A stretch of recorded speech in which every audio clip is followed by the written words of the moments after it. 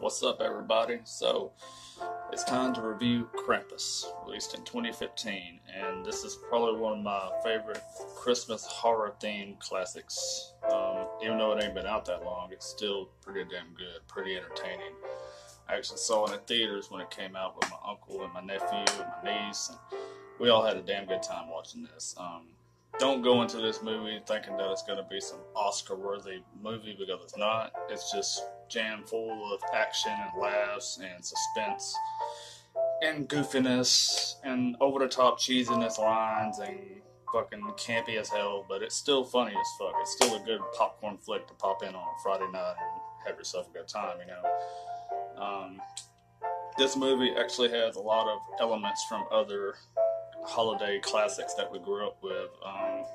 It borrows a lot from the Home Alone films, National Lampoon's Vacation, and Gremlins. So yeah, it's got three basic elements from those films that are intertwined in this movie. And this movie, believe it or not, actually ties in with the Trick or Treat movie from 2006 in some weird way. I'm not really sure how it does, but it's a part of that universe. So maybe it's Krampus that ties it in with Sam from that movie, but I don't know. But anyways, this movie centers around a kid named Max, who wants nothing more for Christmas than for his family to get back together and get along as they always did back in the years of yesteryear around Christmas time for him and his family. Because now they've become the epitome of a horrible, dysfunctional family. You know, half of them hates each other, the other half's proud of it, doesn't really give a fuck anymore. They're just there for the money and the presents and to see what they got on their fucking credit cards.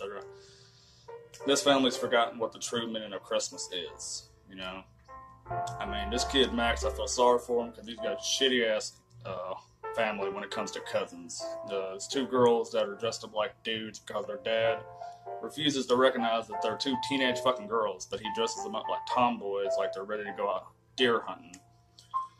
And he's got a redneck-ass uncle, Howard, who is basically like an homage to Cousin Eddie from the Christmas Vacation movie. He's just goofy and raunchy as hell, and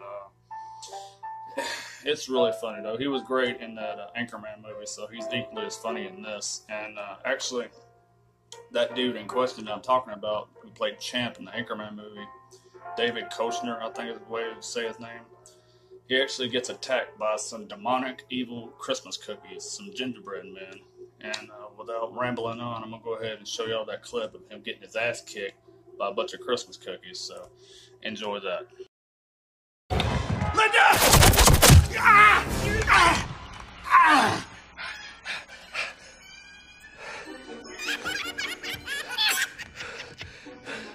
We should have gone to my brother's.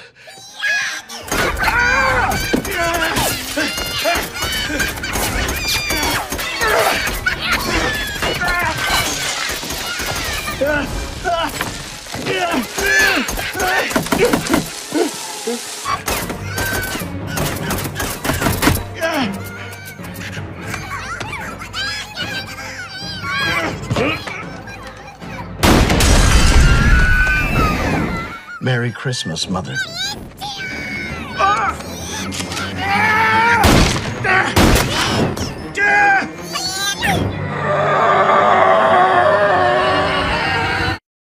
That shit, wasn't it funny as fuck? I love those little demonic motherfuckers. Them little brown, little delicious, crunchy looking little bastards. They're funny as hell. I mean, the way they're sitting there giggling and laughing at him with that no gun, and then coming at him with a fucking candy cane spear, a little sharpened shank that they made. It's funny shit, man. Somebody actually in Killer Flicks the other day, when somebody posted about this movie, they were like, "Oh man, I fucking hate that movie. I can't stand humor in horror movies." Well, I gotta disagree with you, dude, because I love humor in a horror movie. I mean, if anything has proven, Bride of Chucky did it perfectly. They had the perfect mix of horror and comedy. So I'm one of the people that if humor is inserted right and done well in a horror movie, I don't mind it. It's actually done perfectly in this movie right here.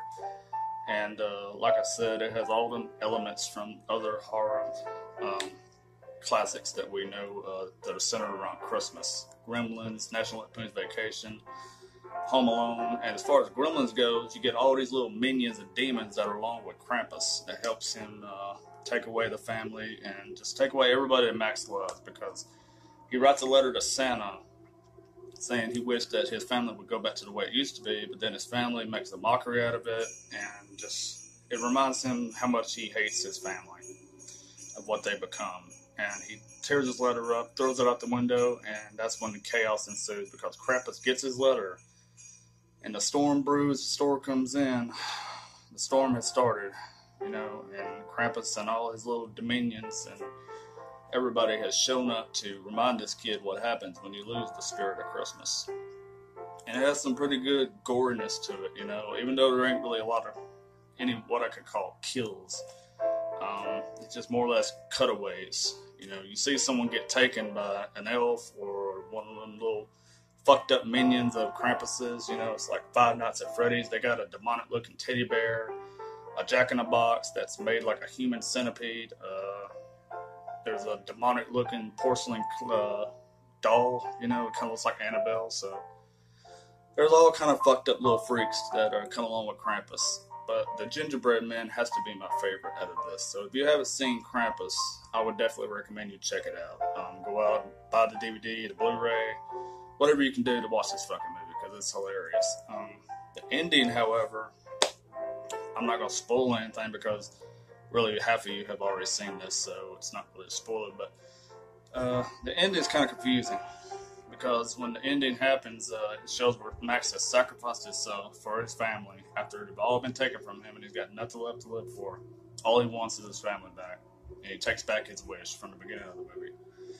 And he wakes up Christmas morning, goes into the living room, and everybody's sitting in there opening up presents. Everything's relatively normal, but he opens up his present, and he's got the little chime, the little ball that his grandma Ome had at the beginning of the movie. And it says Krampus. And Krampus apparently does that to everybody that he's visited as a reminder of what happens when you lose the spirit of Christmas. And everybody in this living room has a look on their face like, holy shit, man. They just remember what happened, and everything that happened actually did happen. It wasn't a dream. But they're all left with a memory of that as a reminder to never fuck up again and stay on the right path and live your life right with your family and get things right with your family. So a lot of people look at it as a reminder of what happened and what to not do again to avoid it, or they look at it as they're trapped in this snow globe in this endless loop of hell to relive that same horrible night over and over again. So what do y'all think? Do you think they're just left with a reminder to move on with their lives and never let it happen again? Or do you think they're trapped in that snow globe in an endless loop of hell to relive Christmas night over and over? Me, I think they're just left with a reminder of what happens when you take things for granted and you choose fame and fortune, presents, gifts over the real meaning of Christmas, which is family and togetherness. And they're supposed to move on with their lives with that sentiment, but a lot of people think the other things. So let me know what y'all think in the comments below, and like, share, subscribe, and I will see y'all later. So peace out.